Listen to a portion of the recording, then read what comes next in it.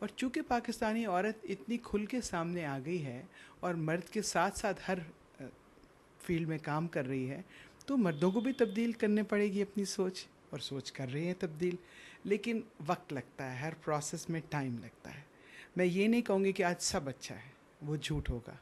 لیکن اب ہمارے جو علاقہ ہے، جو ساؤتھ ایشیا کے لوگ ہیں، اس میں آپ کو پتہ ہے مرد کی ایک ٹپکل سوچ ہے کہ ہی از دی مین آف دا ہاؤس. مطلب ہے کہ وہ آدمی جو ہے ہر صحیح یا غلط فیصلہ اسی کا ہونا ہے. تو وہ سوچ بدلنے میں تھوڑا سا ٹائم لگے گا. اس کے لیے میں سمجھتی ہوں اگر ہندوستان اور پاکستان کی عورتیں آپس میں زیادہ ملیں. جب میں منتری تھی اس وقت میں نے آپ کا جو national commission on the status of women ہے، اس کی جو چیئر پرسن تھی ہندوستان سے، وہ میری بڑی دوست تھیں. آپ کی جو ویمن افیئرس کی منسٹر تھی، ان سے میرا بہت ملنا جلنا تھا. تو ہم نے مل کے بہت سارے کانفرنس میں کام کیا.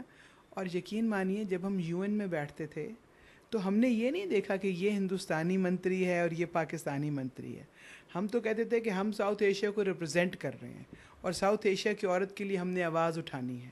اور لوگ دیکھ کے حیران ہوتے تھے کہ یہ ویسے تو بارڈر پہ لڑ رہے ہیں. تو ہم نے کہا بھئی یہ لڑنا چاہتے ہیں تو ان کو لڑنے دو.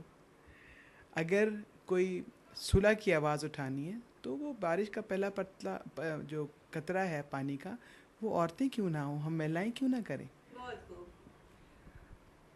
ایسا دیکھا جا رہا ہے کہ پاکستان کی سیاست میں جو راجنیتی ہے وہاں پر جو مہیلائیں وہ اکثر بڑے بڑے گھرانوں سے ہی ہیں. جو ان کا چہرہ ہمیں جو وشو کے لیول پر ہمیں آپ کے بہت زیادہ اندرونی حالات ہمیں نہیں معلوم، جیسا کہ آپ نے کہا کہ روٹ لیول پر مہیلائیں ووٹ سے چن کر کے آ رہی ہیں. جو چہرہ ہمیں نظر آ رہا ہے وہ ادھکتر جاگیردار گھرانوں سے، بڑے گھرانوں سے تعلق رکھتی ہوئی تھی. اس کے پیچھے کیا ریزن ہے کہ کب گراس روٹ سے کب اٹھ کر کے کوئی آپ کے یہاں کی پرائم منسٹر بنے گی یا منتری بنے گی یا کسی ایسے عہدوں تک پہنچیں گی؟ ایک مثال تو آپ کے سامنے بیٹھی ہے. میں ایک بالکل گراس روٹ لیول کی پولیٹیشین ہوں. میں نے بلدیات سے سیاست شروع کی. میرے والد فوج کے ایک ریٹائرڈ کرنل تھے اور ایک ٹاٹ کے فرش پہ بیٹھ کے انہوں نے درخت کے نیچے تعلیم حاصل کی تھی، لیکن انہوں نے مجھے پڑھایا. جو زمین جمع پونجی تھی بیچ کے انہوں نے مجھے پڑھنے کے لیے ولایت بھیج دیا. سو ایسے اب بہت ساری خواتین پاکستانی پالیٹکس میں آ گئی ہیں. یہ ایک نئی تبدیلی آئی ہے. اور آپ بالکل ٹھیک کہہ رہی ہیں کہ پہلے ان وڈیروں کی حکومت تھی ہمارے ملک میں، اور ہوا یہ کہ جب ہم نے یہ ریزرو سیٹس کیں خواتین کے لیے تو کسی نے اپنی بہن کو نامینیٹ کر دیا، کسی نے اپنی بیوی کو نامینیٹ کر دیا، لوگوں نے اپنی ملازماؤں کو نامینیٹ کر دیا. پر وہ پہلی کھیپ تھی. پھر آہستہ آہستہ اب چھانٹی ہو رہی ہے. اب آہستہ آہستہ وہ جو ٹپکل پولیٹیکل خواتین تھیں جو صرف اپنے مردوں کے نام پہ دستخط کرتی تھیں، بس ڈیسیژن میکنگ سارے وہ مرد کرتے تھے. اچھا زیادہ اس لیے بھی ہوا کہ اس وقت BA کی شرط لگ گئی، تو گریجویشن کی شرط کی وجہ سے بہت سارے مرد ڈسکوالیفائی ہو گئے. جو وڈیرے تھے نا، بڑے بڑے جاگیردار اور بڑے بڑے نام ہمارے ملک کے پالیٹکس میں ہیں، تو اب وہ کوالیفائی نہیں تھے. ان کی بچیاں پڑھی لکھی تھیں کہ دیکھیے کتنی مزے کی بات ہے. اب مجبوراً ان کو کاغذ ان کے نام پہ بھرنے پڑ گئے. تو ان کی بیٹیاں، ان کی بیویاں جو تھیں وہ آ کے پارلیمنٹ میں بیٹھ گئیں. اب ہمارے جیسی جو گراس روٹ پولیٹیشین تھیں جو ڈنڈے کھا کے جیل، میں نے جیل کاٹی ہے اور مجھے پتہ ہے کہ کیا ہوتا ہے جب تھانے میں آپ کو بند کر دیتے ہیں. تو اس قسم کی خواتین اس وقت نہیں تھیں، لیکن اب دھڑا دھڑ آ رہی ہیں. اور پھر یہ بھی ہوا کہ عام گھرانوں کے لوگ نہیں چاہتے تھے کہ ان کی بیٹیاں پالیٹکس میں آئیں. لوگوں کو ڈر اور خوف ہوتا تھا. لیکن اب جب انہوں نے دیکھا ہے کہ زمانہ بدل گیا ہے اور اچھی روایتیں قائم ہو رہی ہیں تو بہت تبدیلی آ گئی ہے.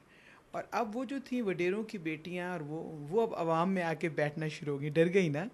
انہوں نے کہا کہ یہ نا اب ان کا کمپٹیشن ہو گیا ہے، تو وہ بھی اب اپنے آپ کو اسٹریٹ پولیٹیشین بنانے کی کوشش کر رہی ہیں. تو اب مقابلہ ہے عوام پہ ہے کہ وہ ان کو چنتے ہیں یا ہماری جیسی گراس روٹ پولیٹیشینس کو چنتے ہیں. آپ نے بھی بہت اسٹرگل کیا ہے اپنے کریئر میں. کچھ ایک کے بارے میں ہم نے معلومات حاصل کی.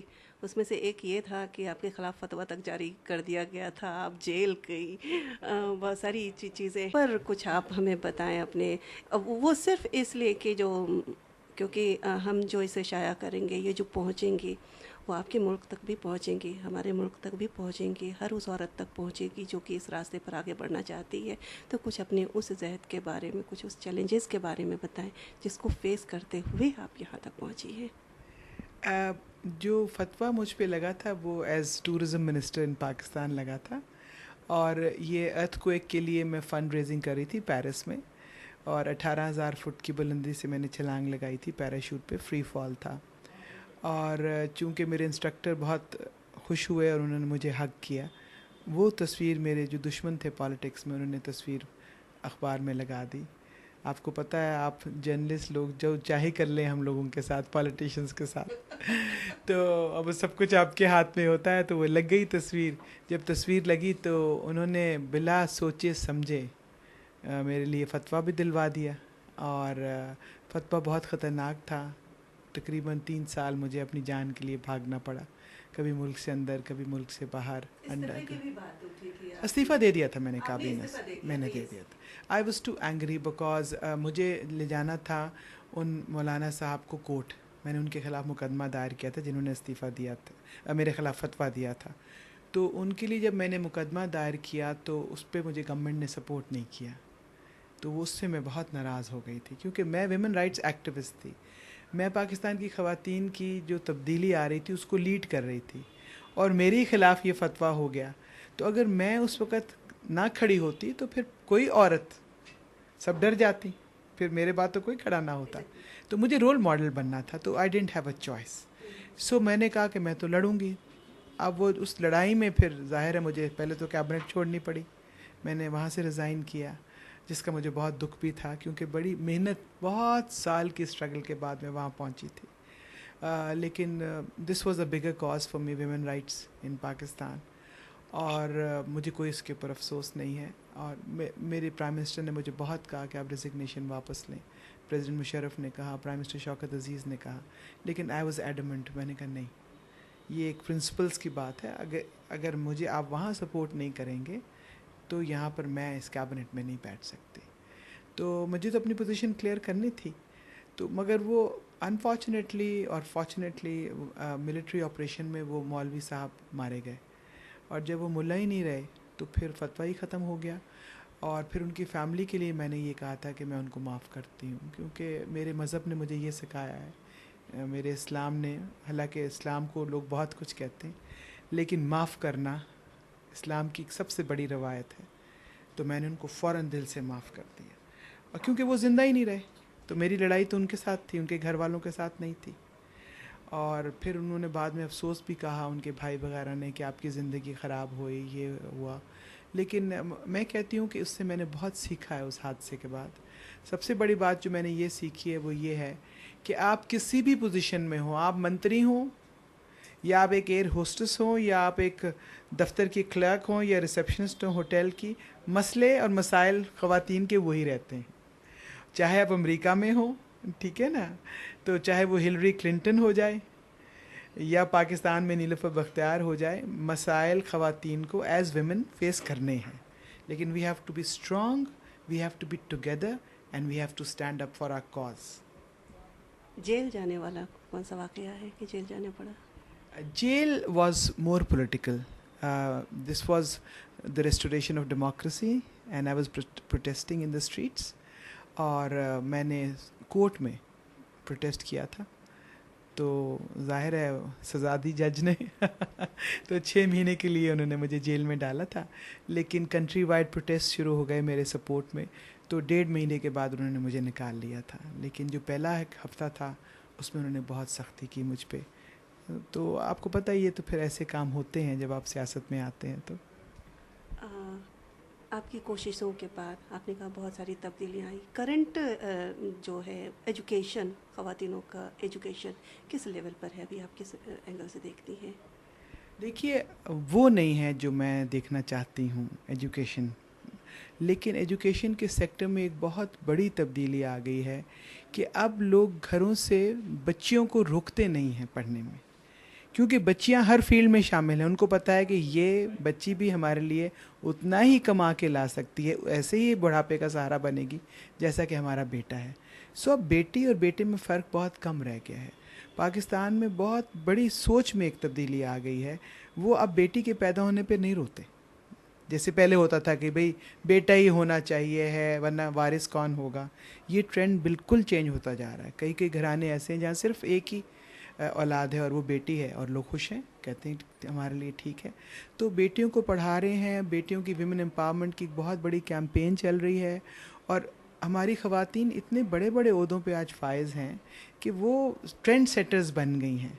تو عام گھروں میں جو خواتین ہیں وہ چاہتی ہیں کہ ہماری بچیاں پڑھیں, تو مائیں سپورٹ کر رہی ہیں بچوں کو. اور بہت بڑے پروگرامز جو میں خود چلا رہی ہوں ایڈلٹ لٹریسی کے, جس میں صبح کو اگر گرلز اسکول چلاتی ہوں تو شام کو میں اسی اسکول میں ماؤں کو بلا کے پڑھاتی ہوں. تو ایسے سینٹرز بہت سارے پاکستان میں پھیل رہے ہیں, اور پھر ہم ان کو ایسا ہنر سکھاتے ہیں کہ وہ 4 پیسے کما کے لائیں. جب وہ 4 پیسے کماتی ہیں تو وہ بھائی کے بالکل برابر آ کے کھڑی ہو جاتی ہیں. تو پاکستان آپ کو آنا پڑے گا دیکھنے کے لیے. ہندوستان کی عوام میں ایک بڑا مسکنسیپشن ہے کہ پاکستان میں صرف برقع پوش خواتین ہیں جو ڈری سہمی دبکی ہوئی بیٹھی ہوئی. ایسا بالکل نہیں ہے. آپ کو دیکھیں گے, آپ ان کو موٹر سائیکل بھی چلاتی ہوئی پائیں گی, آپ ان کو دیکھیں گی تو وہ دفتروں میں حکومتیں کرتی چلائیں گی. آپ آ کے ہماری پارلیمنٹ دیکھیں, ایسا خواتین ڈومینیٹ کرتی ہیں پارلیمنٹ میں. اور پھر بہت سارے قوانین ہیں اس وقت پاکستان میں جو زیادہ تر قوانین بنے ہیں خواتین کے لیے. مجھے فخر ہے کہ وہ میجورٹی میں نے پارلیمنٹ میں پیش کیے ہیں. اس میں غیرت کے نام پہ قتل ہے, اس پہ پھانسی کی سزا ہم نے دے دی ہے. اس میں پراپرٹی رائٹس کی بات ہے, اس میں طلاق کے رائٹس کی بات ہے. تو بہت سارے, اس میں ایسڈ تھروئنگ کا جو بھی بل نیا بنا تھا اس کے اوپر بھی میں نے پیش کیا تھا سینٹ آف پاکستان میں. تو اب ایسڈ پھینکنے کے اوپر بڑی سخت سزا ہے پاکستان میں. تو حدود آرڈیننس جو تھا اس کے اوپر تبدیلی کر دی ہے ہم نے. اب یہ ایک بہت مشکل کام تھا حدود آرڈیننس کو چینج کرنا, لیکن اس میں بھی ہم نے امینڈمنٹس کر دی ہیں. تو آج قانونی طور سے پاکستان کی عورت جو ہے, میں سمجھتی ہوں ہمارے علاقے میں, کیونکہ دیکھیے اور کہیں پر بھی 17% خواتین کی ریزرو نشستیں نہیں ہیں, صرف پاکستان میں, یہ تو آپ مانیں گی. تو اس پہ ہم نے لیڈ لی ہے, اس بات پہ ہمیں بڑا فخر ہے. میرے لیے امپورٹنٹ ہے یہ سوال, کیونکہ اس کا جواب ہندوستان میں کسی کے پاس نہیں ہے. اس کا جواب صرف آپ کے پاس ہوگا. میں 2 مسئلے اٹھاؤں گی, ملالہ اور مختار مائی. ملالہ کا مسئلہ یہ کہ اس پر حملے کے بعد بچیوں کی ایجوکیشن پر کیا اثر پڑا؟ بچوں کی ایجوکیشن میں تیزی آ گئی. ملالہ ایک رول ماڈل ہے, اور ملالہ ایک صرف ایسا حادثہ ہوا جو انٹرنیشنلی ہائی لائٹ ہو گیا, لیکن ایسی بے شمار بچیاں ہیں جو اس واقعے کے بعد زیادہ اسکولوں میں جانے لگی ہیں, جو ہائی لائٹ ہو گئے ہیں ان کے مسائل, اور اتنی توجہ دی جا رہی اس علاقے میں. آج گورنمنٹ کا پورا فوکس جو ہے وہ سوات کی بچیوں کی ایجوکیشن پہ ہے. تو ملالہ نے تو ایک قربانی دی, وہ سمبل بن گئی, لیکن اس کی وجہ سے اتنی ساری خواتین کے راستے وہاں پہ کھل گئے ہیں کہ میں سمجھتی ہوں کہ ملالہ جیسے لوگوں کو اور قربانیاں دینی چاہیے. قربانی سے ہی تبدیلی آتی ہے. دیکھیے, تو مجھے ملالہ کے اس حادثے پہ فخر ہے, افسوس نہیں ہے. مختارہ مائی کا جو انسیڈنٹ تھا وہ ڈائریکٹلی میں نے ڈیل کیا تھا, because I was the minister for women in Pakistan at that time. Mukhtara Mai کے ساتھ جو کچھ ہوا, مگر ان کو ایک بہت بڑا کمپنسیشن گورنمنٹ کی طرف سے دیا گیا تھا. ان کے نام پہ ایک مختارہ مائی کرائسس سینٹر کھولا گیا, ایک روڈ تھی جو ان کو سینکشن کی گئی, ایک اسکول تھا بچوں کا جو ان کو بنا کے دیا گیا. بٹ انفارچونیٹلی اس واقعے کو اچھالنے کے لیے, جیسے آپ کے یہاں بھی ہوتا ہے, جب آپ کا وہ ڈیلی کا بریو ہارٹ والا حادثہ ہوا تو فارن کنٹریز نے اس کو اٹھایا, حالانکہ آپ کی گورنمنٹ اس سے ڈیل کر رہی تھی, اور آپ کے اپنے لوگ سڑک پہ پروٹیسٹ کر رہے تھے, اور کسی ملک کا کام نہیں تھا اس میں انٹرفیئر کرے. مختارہ مائی کا بھی یہی ہوا.